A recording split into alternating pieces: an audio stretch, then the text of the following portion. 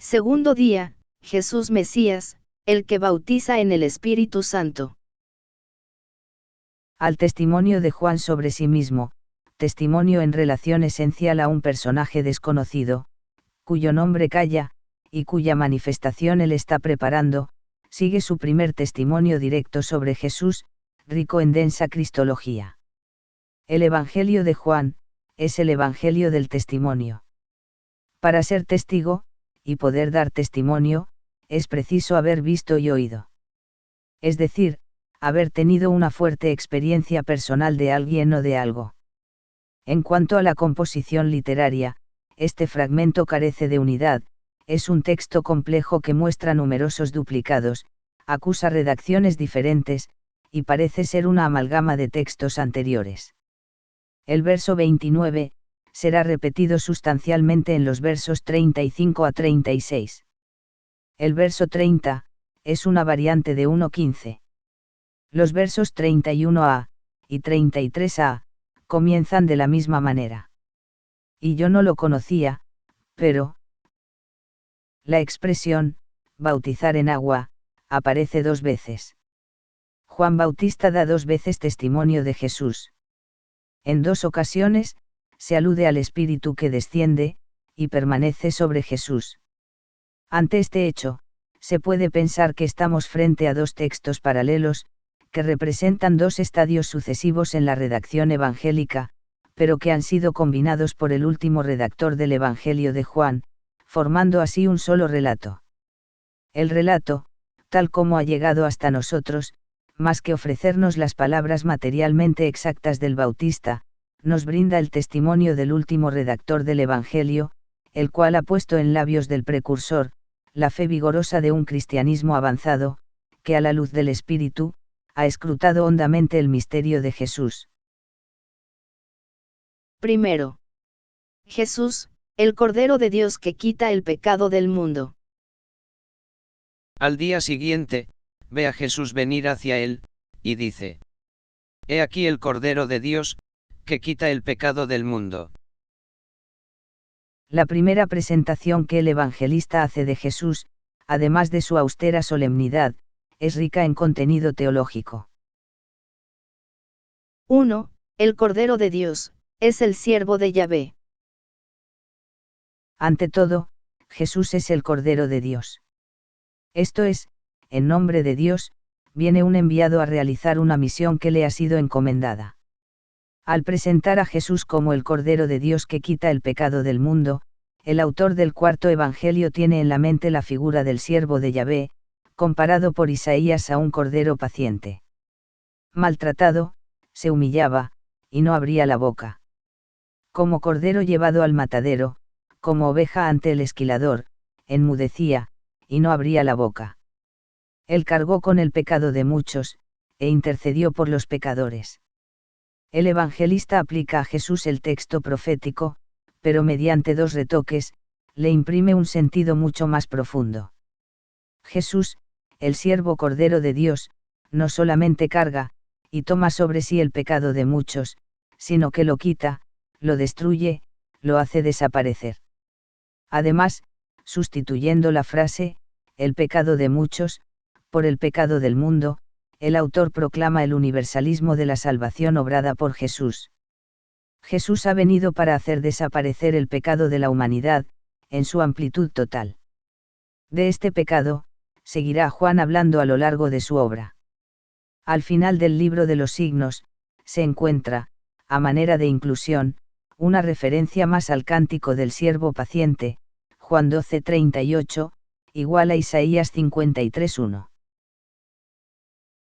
2. El Cordero de Dios, es la verdadera víctima de expiación. Mediante la misma imagen de Cordero, Jesús es presentado por el Bautista como víctima de expiación por el pecado de la humanidad. Esta idea será explicitada en la primera epístola de Juan. Él es víctima de expiación por nuestros pecados, no solo por los nuestros, sino también por los del mundo entero. 3. El Cordero de Dios, es el Cordero Pascual. A la luz de textos posteriores del mismo cuarto Evangelio, se puede colegir que el autor piensa también en el Cordero de la Pascua judía. Para Juan, Jesús ha sustituido al Cordero Pascual. En efecto, él nota que eran las 12 del día, cuando Pilato entregó a Jesús para ser crucificado, esto es, la misma hora en que comenzaba en el templo la inmolación de los corderos de Pascua. Y más adelante, cuando narra que a Jesús no le rompieron las piernas, observa que esto sucedió para que se cumpliera la escritura, no se le romperá ningún hueso. Es de saber que esta prescripción del Éxodo, se refería al Cordero Pascual. Como el Cordero de Pascua, Jesús es un Cordero que proclama la liberación, pero una liberación radical, la liberación de la esclavitud del pecado. De esta manera, desde el primer momento, el evangelista insinúa la instauración de una Pascua nueva con un Cordero Pascual nuevo, de cuya inmolación se beneficiará la humanidad entera. La idea de Jesús Cordero Pascual, se encuentra además en Hechos 8:32, Primera de Corintios 5:7, y Primera de Pedro 1:18-19. El paso de la escritura que estaba leyendo era este. Fue llevado como oveja al matadero. Y como cordero mudo ante el esquilador, no abría la boca. Suprimid la levadura vieja, para que seáis masa nueva, como panes pascuales que sois. Pues Cristo, que es nuestro Cordero Pascual, ha sido ya inmolado. Como bien sabéis, vosotros no habéis sido liberados de la conducta idolátrica heredada de vuestros antepasados, con bienes perecederos como el oro o la plata, sino con la sangre preciosa de Cristo, Cordero sin mancha y sin tacha. 4. El Cordero de Dios, es el Cordero de la nueva alianza. Una alianza se sella mediante la sangre de víctimas inmoladas. Así fue en el pacto de Dios con Noé, y con su pueblo en el Sinaí. Los profetas, al profundizar en la idea de la alianza del futuro, presienten un elemento nuevo y fundamental, el perdón de los pecados. Y no enseñará más ninguno a su prójimo, ni ninguno a su hermano diciendo, conoce al Señor. Porque todos me conocerán, desde el más pequeño de ellos hasta el más grande, dice el Señor. Porque perdonaré la maldad de ellos, y no me acordaré más de su pecado. Os rociaré con agua pura, y quedaréis purificados. De todas vuestras impurezas, y de todos vuestros ídolos os purificaré. Pues bien, Jesús es este Cordero de la Alianza Nueva, cuya sangre derramada traerá la purificación de los pecados del mundo entero, y comprará para Dios un pueblo de hombres de toda raza, lengua, pueblo, y nación, y un reino de sacerdotes que reinen sobre la tierra. 5. El Cordero de Dios, Señor y Rey. A nivel del evangelista, Jesús se declaró rey ante Pilato, antes de que éste lo condenara a ser crucificado. Además, el Apocalipsis, obra de la escuela joánica, presenta a Jesús como el Cordero, Señor de señores, y Rey de reyes, que vencerá a las potencias del mal en unión con los suyos, los llamados, los elegidos, los fieles. Segundo. Jesús, el preexistente. Este es de quien yo dije. Detrás de mí viene un hombre, que se ha colocado delante de mí, porque existía antes que yo. El testimonio sobre Jesús en el verso 30, parecido al de 1:27, añade sobre este algunos rasgos importantes. La frase, viene un hombre, enfatiza la cualidad humana de Jesús. Que se ha colocado delante de mí, equivale a decir, que ha tomado un lugar y rango superiores. A pesar de que Jesús nació 6 meses después que el Bautista, y comenzó su misión más tarde, por lo cual se le debería creer menor, es sin embargo superior, y el Bautista le cederá la preeminencia.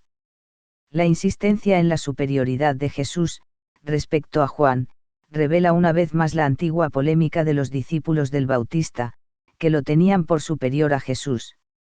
Partiendo de algunas afirmaciones del mismo precursor, el autor del Evangelio da la razón última de la prioridad de Jesús. ¿Por qué existía antes que yo? La superioridad de Jesús radica en su preexistencia.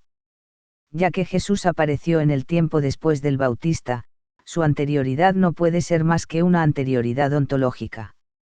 El verbo existía, colocado enfáticamente al final de la cláusula, enuncia una existencia absoluta que trasciende el tiempo. El tema de la preexistencia de Jesús se encuentra en el himno prólogo 1.15, como una variante de 1.30, en 8.58 y 17.5. Les dijo Jesús: en verdad os digo, antes de que Abraham fuera hecho, yo soy. Ahora glorifícame tú, Padre, en ti, con la gloria que tenía en ti, antes de que el mundo existiese. Tercero. Jesús, el Mesías que bautiza en el Espíritu Santo. Y yo no lo conocía, pero para que fuera manifestado a Israel, para esto vine yo a bautizar en agua. Y dio testimonio Juan diciendo: he visto al Espíritu descender del cielo como paloma, y permanecía sobre él. Y yo no lo conocía, pero el que me envió a bautizar en agua, este me dijo: sobre quien vieres al Espíritu descender, y permanecer sobre él, este es el que bautiza en el Espíritu Santo. Juan Bautista afirma que no conocía a Jesús. ¿En qué sentido no lo conocía? Lo conocía en su calidad de pariente, y en su especial santidad, pero no como el que había de venir, el siervo de Dios, el Mesías ungido con el Espíritu. Sin embargo, había recibido la misión de preparar la venida de éste, y de manifestarlo a Israel. Según algunas tradiciones judías, basadas en textos como Isaías 43, y Malaquías 3:1-3, el Mesías debería permanecer oculto e ignorado, hasta el día de su manifestación pública mediante un prodigio divino. Los evangelios se hacen eco de esta creencia. En Juan 7:26b a 27, se lee: ¿será que de verdad habrán reconocido las autoridades que este es el Mesías? Pero de este sabemos de dónde es, mas del Mesías, cuando venga, nadie sabrá de dónde es. Jesús estuvo oculto, de hecho, hasta que Juan, el nuevo Elías, lo manifestó, ilustrado él mismo por un prodigio del cielo. Para preparar la venida del Mesías, Juan se retiró al desierto, y luego, en los márgenes del Jordán, se puso a proclamar un bautismo de conversión, para el perdón de los pecados. Para poder manifestar al pueblo de Israel, a aquel que bautizaría en el Espíritu Santo, a quien el mismo Juan no conocía, Dios le había dado una señal. Sobre quien vieres al Espíritu descender, y permanecer en él, este es el que bautiza en el Espíritu Santo. ¿Por qué este signo? Porque en este signo se resumían grandes profecías mesiánicas, y por tanto, era el adecuado para manifestar a Jesús. 1. Como el Mesías davídico. Y reposará sobre él el Espíritu de Yahvé, Espíritu de sabiduría y entendimiento, Espíritu de consejo y fortaleza, Espíritu de ciencia y temor de Yahvé. 2. Como el siervo de Yahvé. He aquí a mi siervo, a quien yo sostengo. Mi elegido, en quien se complace mi alma. He puesto mi espíritu sobre él, dictará ley a las naciones. Lleno del Espíritu de Dios, que es un Espíritu Santo, el Mesías podrá cumplir la misión de bautizar en el Espíritu Santo. Nótese el fondo semita de la expresión, en el Espíritu Santo. La preposición griega, en, que reproduce la partícula semita bi, puede significar, en, con, por, mediante. La frase, bautizar en el Espíritu Santo, es capital, en ella se sintetiza la obra mesiánica de Jesús. Bautizar es lavar, limpiar, purificar. Pero además de esta función purificadora, la expresión, bautizar en el Espíritu Santo, encierra una realidad superior y positiva, que puede descubrirse acudiendo a textos claves de las Escrituras. Isaías había anunciado: cuando se derrame sobre nosotros un espíritu de lo alto, el desierto será un vergel, y el vergel parecerá bosque. En el desierto morará la justicia, y en el vergel habitará el derecho. El mismo profeta había escrito: derramaré mi espíritu sobre tu posteridad, y mi bendición sobre tus descendientes, que crecerán como hierba a orillas del agua, como prados junto a los ríos. Finalmente, Ezequiel había proclamado: os daré un corazón nuevo, y pondré en vosotros un espíritu nuevo. Os arrancaré este corazón de piedra, y os daré un corazón de carne. Pondré dentro de vosotros mi espíritu, y os haré ir por mis mandamientos y observar mis preceptos y ponerlos por obra. Entonces habitaréis la tierra que yo di a vuestros padres, y seréis mi pueblo, y yo seré vuestro Dios. En estos textos, aparece el Espíritu de Dios como principio de purificación, y de renovación interior. Como principio de fecundidad espiritual, y de toda virtud. Como principio de fidelidad a las exigencias divinas, en virtud de lo cual se podrá realizar la alianza definitiva de Dios con su pueblo. Pero es al Mesías a quien corresponde la misión sublime de comunicar el Espíritu. Lleno él mismo del Espíritu, tendrá la misión de purificar, lavar, bautizar, y renovar a los hombres con este Espíritu divino, en este Espíritu, mediante este Espíritu, con la donación e infusión de este Espíritu Santo. Si bautizar en agua, es purificar derramando agua, o sumergiendo en agua; bautizar en el Espíritu Santo, será purificar al creyente de una forma más profunda. Más aún, consagrarlo derramando Espíritu Santo sobre él, sumergiéndolo en el mismo Espíritu Santo. Y Juan el Bautista testificó: he visto al Espíritu descender del cielo como paloma, y permanecía sobre él. Jesús es pues el Mesías ungido por Dios con el Espíritu Santo. El verbo griego, he visto, en tiempo perfecto, proclama la frescura del testimonio. Juan ha visto al Espíritu de Dios descender sobre Jesús, por esto dice del cielo, como baja del cielo una paloma, y se posa sobre algo. El verbo utilizado por Juan, para decir que el Espíritu se detuvo sobre Jesús, es permanecer, y permanecía sobre él, indicando con ello que el don del Espíritu otorgado al Mesías Jesús, es permanente y sin límites. Además, el Espíritu que desciende, es simbolizado por una paloma, evocando tal vez al Espíritu de Dios, que aleteaba sobre las aguas de la primera creación, para hacer brotar de allí la vida. Ahora también, gracias a la fuerza vivificadora del Espíritu, que baja sobre Jesús, va a surgir una nueva creación. Entre Juan 1:29 y 19:34, se percibe cierta inclusión: la sangre del Cordero de expiación, y el Cordero de Pascua. Y lo mismo entre 1:33 y 19:34, 20:22, bautizar con el Espíritu Santo, y el agua del costado, símbolo del Espíritu, y el soplo de Jesús comunicando el Espíritu Santo. Pero uno de los soldados le atravesó el costado con una lanza, y al instante salió sangre y agua. Y habiendo dicho esto, sopló sobre ellos, y les dijo: recibid el Espíritu Santo. Cuarto. Jesús, el Hijo de Dios. Conocido y verificado el signo, Juan Bautista proclama su testimonio solemne.